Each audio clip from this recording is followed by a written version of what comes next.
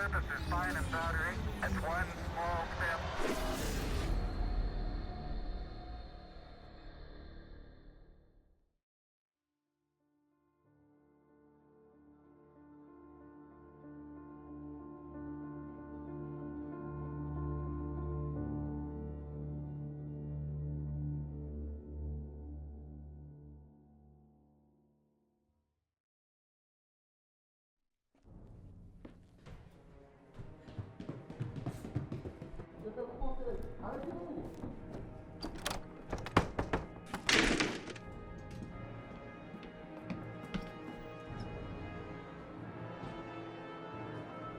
Elle est là!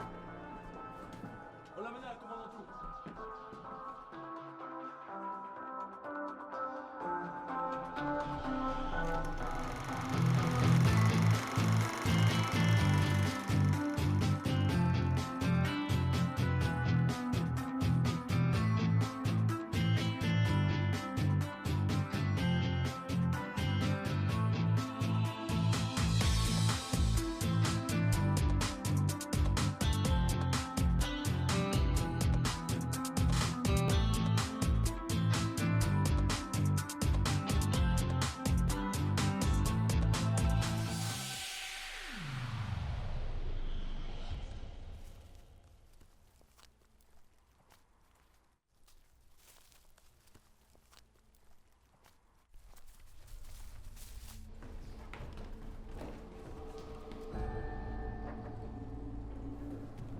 J'aime pas du tout cet endroit.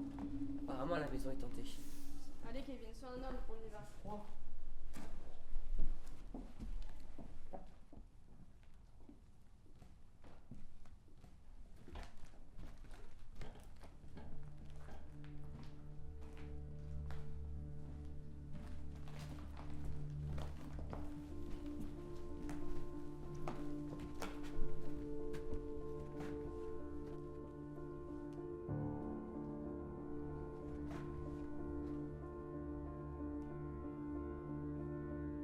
Kevin, viens voir! Sophie a trouvé quelque chose!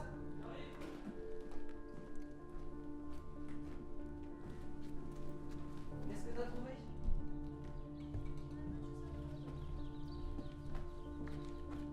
Qu'est-ce qu'on a trouvé? N'importe quoi. J'ai aussi trouvé un livre. Bon, venez, on va en bas. On va peut-être trouver plus de choses intéressantes. Ouais. Ouais, pourquoi pas.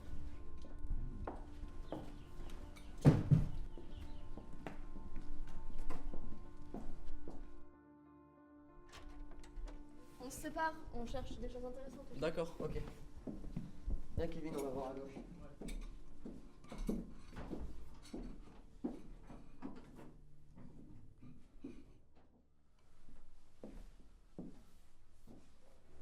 Les garçons, j'ai trouvé quelque chose d'intéressant. On arrive, on arrive. Qu'est-ce qu'il y a? Qu'est-ce que c'est? On dirait un vieux livre.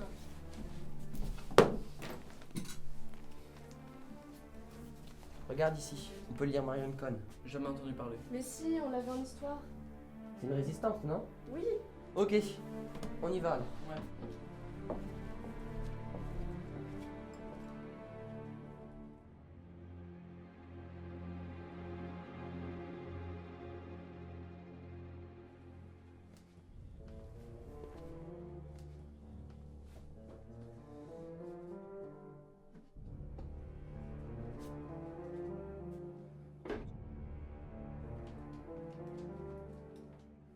Je trahirai demain, pas aujourd'hui.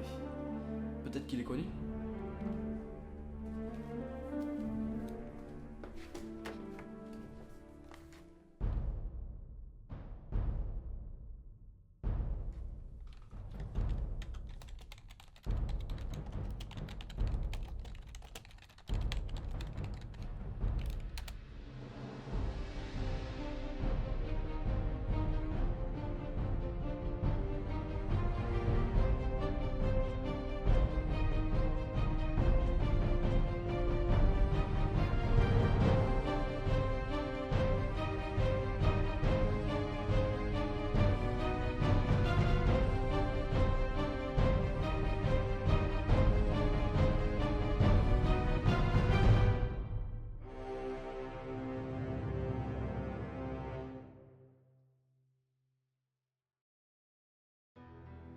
Hier, j'ai inspecté le livre et j'ai trouvé un poème. Et comment il s'appelle? Je trahirai demain, pas aujourd'hui. J'ai cherché sur internet. Et alors? Rien du tout. Ça veut dire qu'on est seul à savoir que ce poème existe? Oui, et ça m'a donné une idée. Si on exposait notre découverte? Oui, on pourrait se lancer le défi de montrer ses œuvres aux yeux du monde. Comme ça, on serait les premiers à le faire. Dans ce cas, pour l'instant, tout doit rester entre nous. Du moins, tant qu'on n'aura pas trouvé la signification de l'œuvre. J'ai retrouvé des infos sur l'auteur dans mon cours. Marianne Cohn est née en 1922, d'origine juive. Et dès 1941, elle entre dans la résistance auprès du MGS. C'est quoi le MGS? En fait, le MGS, ce sont les résistants juifs. Donc je disais, elle entre dans la résistance auprès du MGS et doit faire passer des enfants juifs vers la frontière suisse. Elle est arrêtée le 31 mai 1943, mais heureusement relâchée 3 mois plus tard. Oui, et en 1944, elle est encore arrêtée alors qu'elle est en charge d'une trentaine d'enfants. Je m'en souviens maintenant. Du 7 au 8 juillet 1944, elle est assassinée par la Gestapo. Mais apparemment, le maire a quand même réussi à sauver les enfants. Et je sais qu'aujourd'hui, une école d'Annemasse et de Berlin porte son nom. C'est tout ce que l'on a sur elle. Kevin, tu as plus d'infos? Oui, j'ai réussi à déchiffrer le texte, malgré l'encre un peu effacée par le temps. Ok, bah lis-le-nous et on s'occupera de sa signification plus tard. Je trahirai demain, pas aujourd'hui. Aujourd'hui, arrachez-moi les ongles. Je ne trahirai pas. Vous ne savez pas le bout de mon courage. Moi je sais. Vous êtes 5 mains dures avec des bagues. Vous avez aux pieds des chaussures avec des clous. Je trahirai demain, pas aujourd'hui. Demain. Il me faut la nuit pour me résoudre.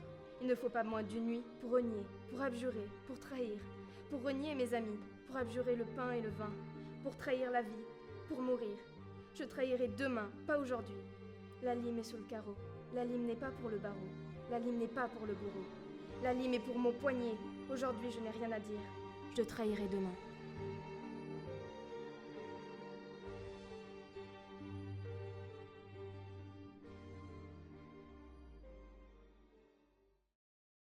J'ai tapé le texte. Vous allez me dire ce que vous en pensez. Alors déjà, je pense qu'on peut dégager les thèmes principaux. Moi, ça me fait surtout penser à la résistance. Oui, c'est vrai. Et arrachez-moi les ongles, ça n'évoquerait pas genre la torture? Oui, c'est vrai, c'est possible. Exact. Et pour moi, c'est la trahison qui en ressort. Elle dit plusieurs fois, je trahirai demain, pas aujourd'hui. Mais il y a toujours ce pas aujourd'hui qui crée une opposition avec demain. Mais il faut peut-être que l'on s'intéresse à la forme avant d'analyser le texte. Tu as raison, c'est donc un poème écrit par Marianne Cohn, probablement pendant son premier emprisonnement de 3 mois. Il n'y a pas de rime, mais grâce à la ponctuation, le rythme est rapide. Il y a donc beaucoup d'anaphores. Mais qu'est-ce que c'est un anaphore? Ça permet de rajouter une musicalité dans le texte. Mais si c'est une résistante, pourquoi elle dit qu'elle trahira demain? Parce que son avenir est incertain. Pendant la Seconde Guerre mondiale, les résistants étaient torturés. Mais à ce moment-là, la Gestapo n'avait pas encore assez de preuves sur son implication dans le réseau d'évasion des enfants juifs. Elle sait qu'elle allait être libérée, mais le problème, c'est que si elle reste dans la résistance, elle risque d'être emprisonnée de nouveau. Et elle sait très bien qu'elle ne pourra pas résister indéfiniment à une torture physique et morale. Autrement dit, elle ne veut pas trahir, mais elle est consciente que la torture risquera d'avoir raison d'elle. C'est pour ça qu'elle emploie le futur, temps de l'incertitude. C'est quand même un poème héroïque et tragique. Elle montre sa détermination en disant « Il me faut la nuit pour me résoudre, il ne me faut pas moins d'une nuit pour renier, pour abjurer et pour trahir. » Mais là, cependant, trahir ne veut pas dire trahir ses amis et donc donner des informations à l'ennemi, mais plutôt trahir la vie et donc sous-entendu mourir. Elle se sacrifie donc pour la résistance, c'est donc une héroïne. Mais attendez, c'est plutôt l'annonce d'une mort certaine. Tout le long, il y a une métaphore filée sur le thème de la religion. De la ligne 9 à 13, on remarque même une connotation biblique. Regardez, le pain et le vin font penser au dernier repas de Jésus, la scène. C'est vrai, on peut aussi remarquer qu'il y a une gradation descendante qui vient accentuer son reniement pour la vie. On peut aussi dire que la torture est omniprésente. Elle utilise la première personne et désigne ses bourreaux par le pronom vous. Aujourd'hui, arrachez-moi les ongles, mais ceux-ci sont déshumanisés. Et elle ajoute une synecdoque qui déshumanise encore plus ses bourreaux. Elle les décrit que par la violence. Regardez, 5 mains dures avec des bagues, des pieds et chaussures avec des clous. 5 mains dures en plus, c'est un glissement entre le mot doigt et le mot main. Ça accentue la violence de ses bourreaux. Oui, et le bas de Picasso reprend les mêmes thèmes avec le cubisme. On peut voir la prison, le manque de liberté ou encore la torture. Elle a donc été torturée, mais on voit qu'elle est courageuse. Dans le texte, elle dit « Vous ne savez pas le bout de mon courage, moi je sais ».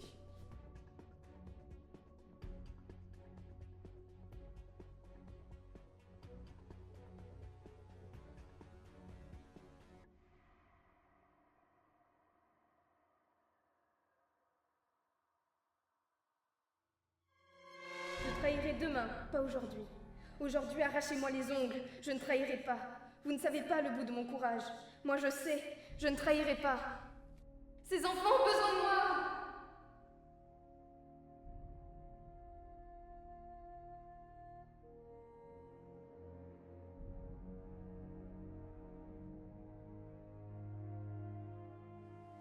Marianne, Cohn, prison.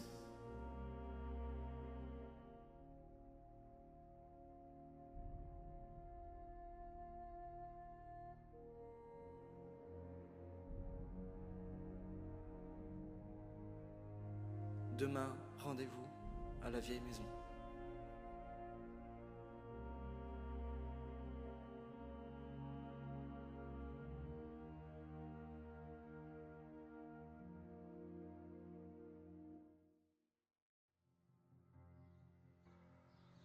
J'ai fait un rêve cette nuit sur Marianne Cohn. Ça m'a réveillé, du coup j'ai fini de lire le livre pendant la nuit. Tu te rappelles des lieux? Oui, d'après mon rêve, elle a l'air de l'avoir écrit en prison. On sait qu'elle faisait passer des enfants juifs par la frontière suisse. Après, j'ai peut-être imaginé la scène par rapport à son histoire.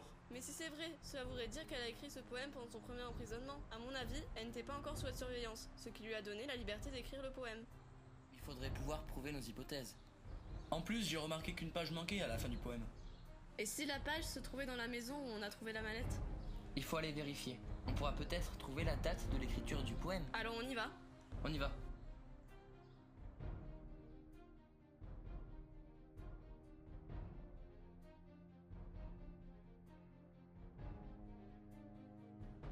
Donc on cherche une page comme du livre.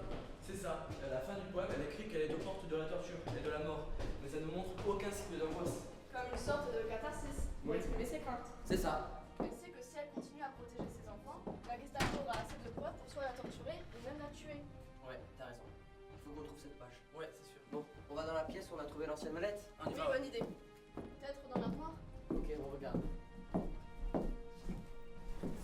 Regarde bien sous le drap. Hein. Ouais.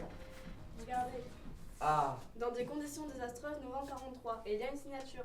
C'est ce qu'on cherche. condition désastreuse. C'est ce que tu pensais, Kevin. Oui. Elle l'a écrit en prison. Elle savait très bien qu'elle allait se faire libérer, mais toujours surveillée. Le 31 mai 44, elle a dû être dénoncée vu qu'elle a été arrêtée à 200 mètres de la frontière suisse. Elle est assassinée dans la nuit du 7 au juillet 44. Il y a marqué novembre 43, Oui. donc pendant son premier internement. On avait raison. T'as raison. Oui, et on peut lire Colin sur sa signature. Et Colin était son pseudonyme de résistante. On avait son nom sur les livres, mais maintenant on a la preuve que c'est elle qui a écrit le poème. Celui-ci montre à quel point être résistant entraînait des problèmes et des responsabilités importantes. Oui. Et elle, même avec le risque de se faire emprisonner, savait qu'elle ne trahirait pas. Il devait y avoir des raisons très importantes pour entrer dans la résistance. Peut-être le refus de la défaite et de l'occupation allemande. Du régime de Vichy, de la collaboration et des mesures antisémites. Et de la volonté pour combattre afin de libérer la France. C'est génial d'être les premiers à trouver ces traces du passé. Cette femme était réellement courageuse. Elle a réussi à faire des sacrifices. Elle a risqué la torture et même la mort pour ne pas divulguer des informations à l'ennemi. Tout au long de sa vie, elle n'a cessé de se battre contre l'ennemi et ses idéologies antisémites. C'est une héroïne. Oui, on a fait une découverte qui semble être plus importante que ce que l'on aurait cru. On pourrait présenter le livre à un concours. Pourquoi pas, je suis partant. Je crois qu'il y en a un au lycée. On pourra aller s'inscrire maintenant. C'est vrai, oui. Oui, bonne idée.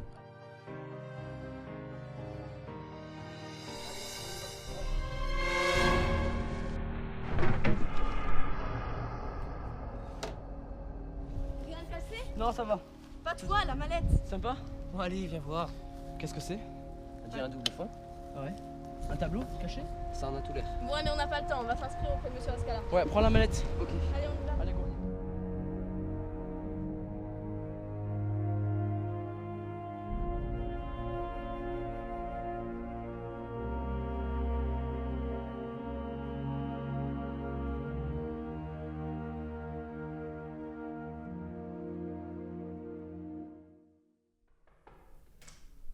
Bonjour monsieur, on a entendu parler d'un concours auquel on devrait participer. En fait, on s'intéresse à une œuvre, on aimerait bien la présenter grâce au concours. Est-ce que vous pouvez nous inscrire? Oui, pas de souci, mais de quelle œuvre s'agit-il? C'est un Ça livre va bientôt de- sonner. On pourra vous en parler plus tard. Ok, au revoir les jeunes. Au revoir. Au revoir.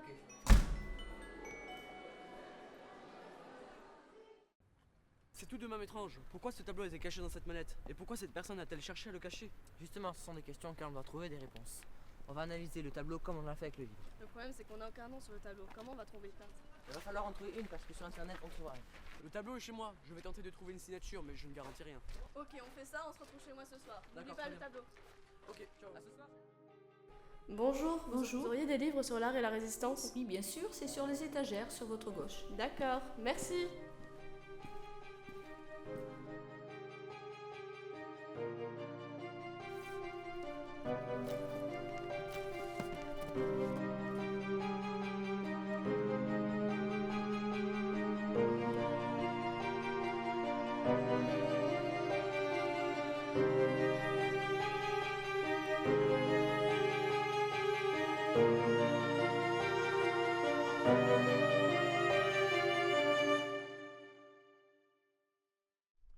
Mais qu'est-ce qu'elle fait? Sois patient pour une fois. Enfin, elle arrive. Ouais. Te voilà. Bonjour les garçons. Bonjour. Bonjour. Désolée pour le retard. J'étais à la bibliothèque et j'ai trouvé un rayon sur l'art et la résistance. J'ai même trouvé des œuvres semblables à celles qu'on a trouvées. Ok, Je peux vous super. montrer? Ok, allez, on y va.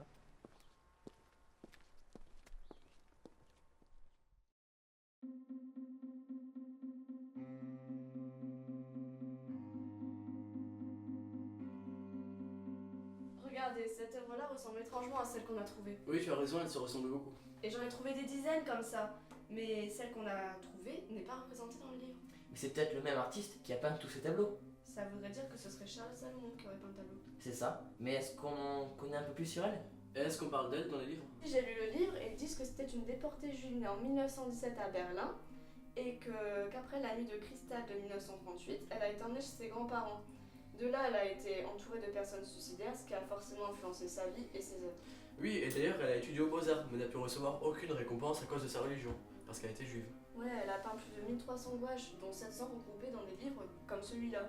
Et toutes ses œuvres traitent de la conscience féminine. D'accord. Et ça s'est terminé comment?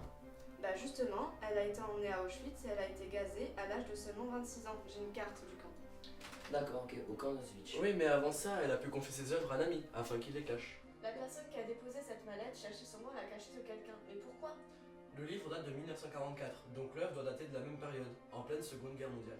Mais la censure. On voit des personnes qui manifestent contre le régime nazi. Donc c'était forcément interdit par le régime politique de l'époque.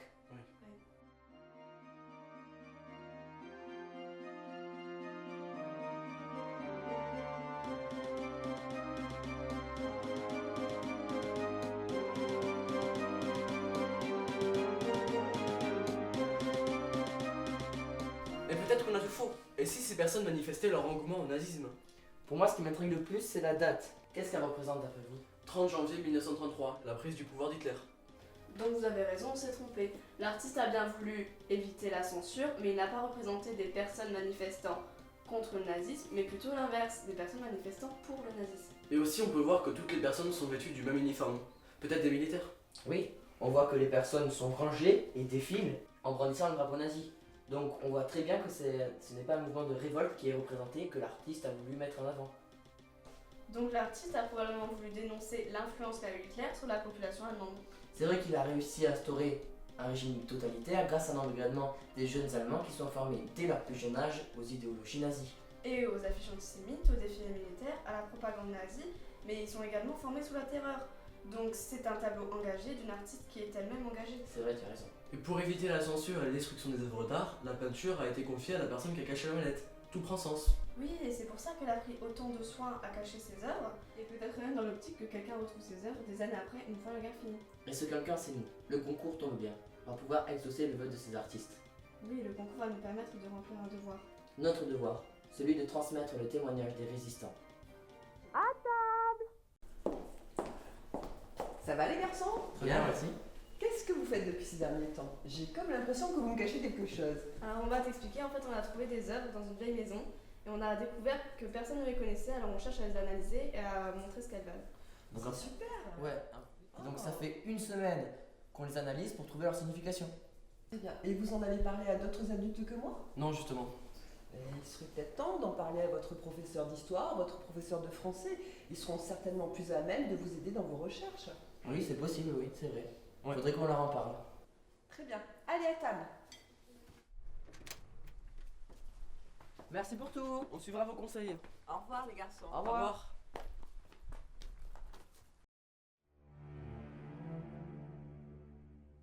J'ai regardé votre œuvre de Charles Salomon hier soir. Il était marqué Leben oder Theater. Ça veut dire vie au théâtre. Ce tableau a été réalisé dans le but de raconter ce que ces personnes ont vécu et qu'elles se sont faites manipuler. Comme ce qu'on a vu sur le tableau hier, dans le but de retracer leur histoire. Ok, bon, venez, on va voir le prof.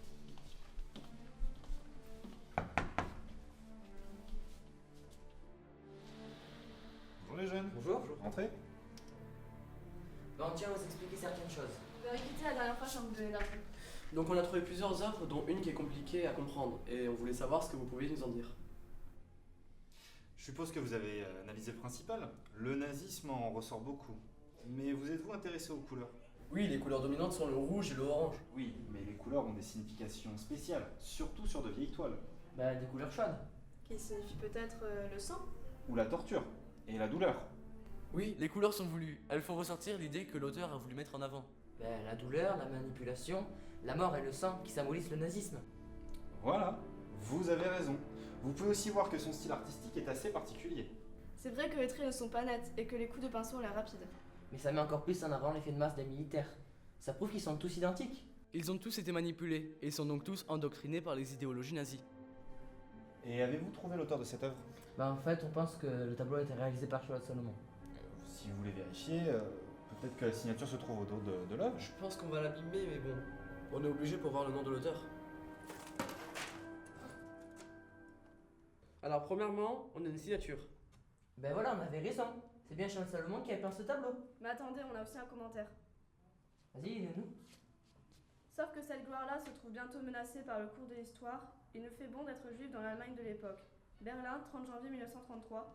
C'est plein d'espoir qu'il fixe la croix gammée le jour de la liberté et du pain s'est levé.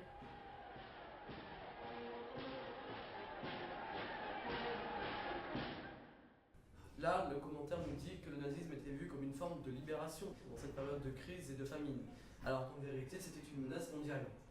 Donc ce que l'on a dit sur le tableau était exact. C'est ça. Venez me revoir quand vous pouvez pour qu'on travaille sur les œuvres ensemble. Très bien. Ok, à bientôt. À bientôt. Au revoir. Qu'est-ce que c'est? Ce sont de vieilles feuilles. Elles sont peut-être tombées du cadre quand tu l'as ouvert, Kevin. Ben oui, elles étaient peut-être cachées derrière le cadre. Ça voudrait dire que vous avez trouvé une autre œuvre cachée. Ça en a tout l'air. Essayez de l'analyser comme les autres œuvres. Et vous, pour la prochaine fois, hein. Oui. Et vous pourrez demander de l'aide à Madame Lanette. D'accord, très bien. Bon, ben à bientôt. À bientôt. Merci Au beaucoup. revoir. Au revoir.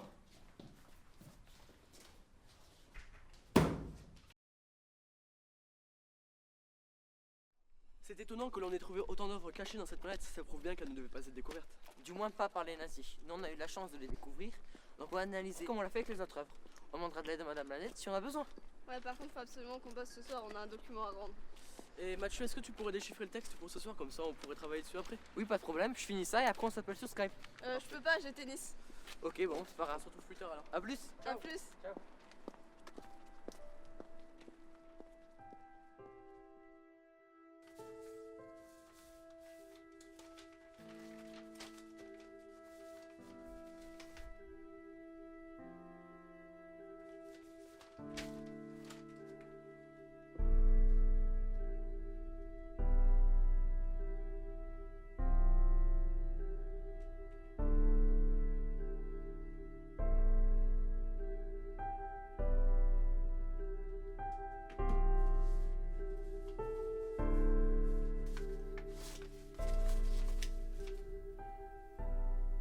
Verfulbar aux enfers. Qu'est-ce que ça veut dire, Verfulbar?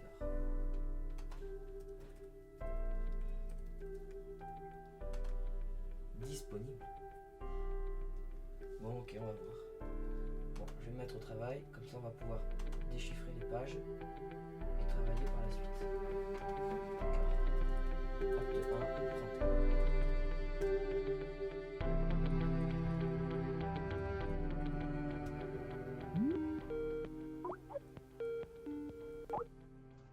Allô? J'ai cherché la signification du titre du texte. Verfügbar, c'est de l'allemand et ça veut dire disponible.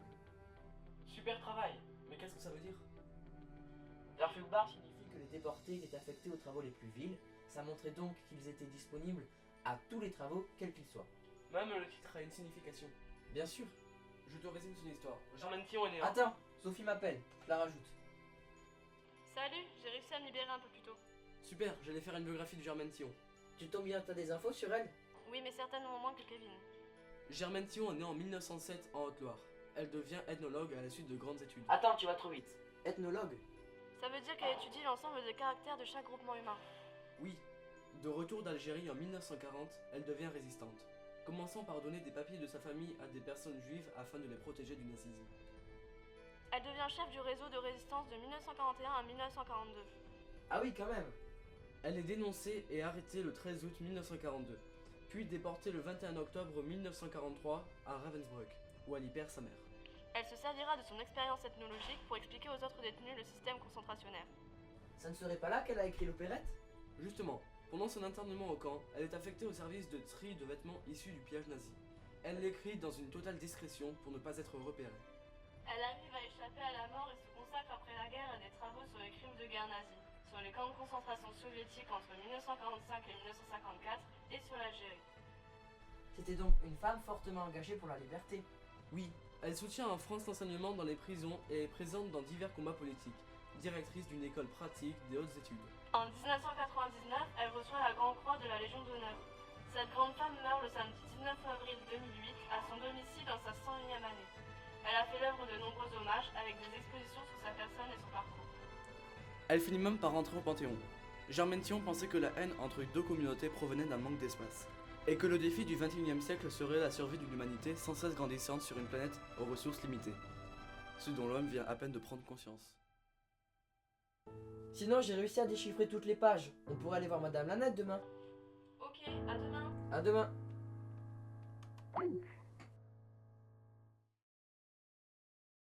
Bon, on étudiera la fin de ce texte demain.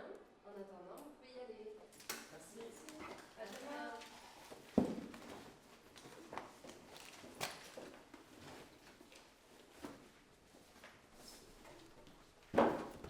En fait, madame, on aurait besoin de votre aide pour analyser un texte.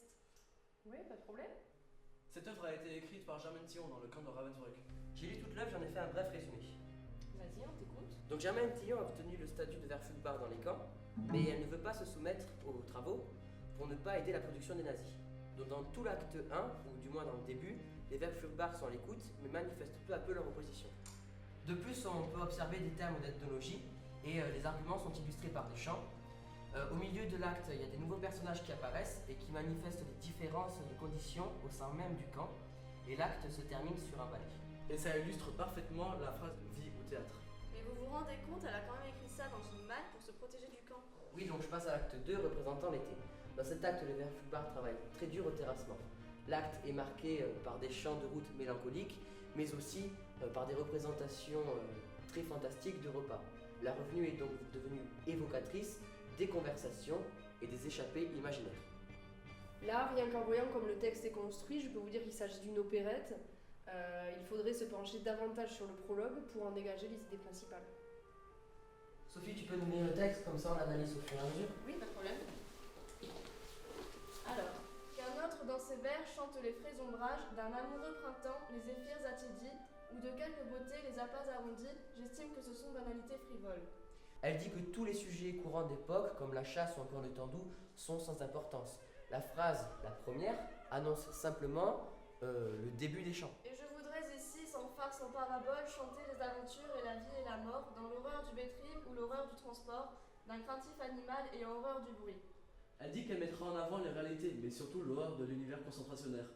Elle exposera ses idées sans se cacher, et elle met en avant le système de déportation. Recherchant les cours sombres et les grands pans de nuit, pour ces tristes ébats que la crainte incommode, ventre dans les talons tel un gastéropode, mais fonçant dans la course ainsi qu'un autobus. Ici, elle insiste sur les victimes du régime totalitaire, en insistant sur la peur, sur la terreur, mais on voit bien que le groupe de déportés essaie de résister. Oui. Pour fuir le travail tenant du lapinus, pour aller au travail tenant de la limace, débile et pourchassé et cependant vivace, tondu, assez souvent galeux et l'œil hagard, en dialecte vulgaire, appelé Verfügbar. Elle insiste sur les obligations de travail, sur la résistance, mais aussi sur les choses subies, comme la tonte, la maladie ou encore le malheur. Elle finit par dire que ces prisonniers, ces résistants, se nomment les Verfügbar. C'est très bien. Par contre, le problème, c'est qu'on n'a que les 2 premiers actes. Peut-être que vous pourriez aller au musée de la Résistance, vous trouveriez davantage d'œuvres de Germaine Tillon. Oui, vous avez raison, moi le musée de la Résistance.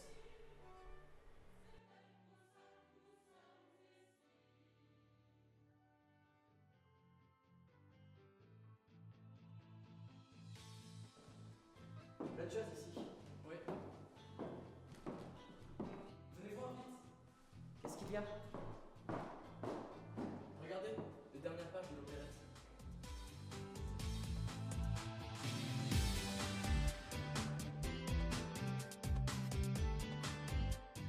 Donc voici notre histoire. On remarque donc que l'art a été un moyen de résister. L'art leur a permis de survivre. Dans le cas de Germaine Tillon, l'humour a été un moyen de combattre une mort omniprésente. Dans le cas de Marianne Cohn, de se purger de ses craintes et de ses angoisses et de trouver la force de résister par la parole poétique. Et enfin, pour Charles Salomon, dénoncer l'antisémitisme, l'embrigadement, la manipulation et les idéologies nazies, source de la Seconde Guerre mondiale. Elle peint pour s'évader du réel.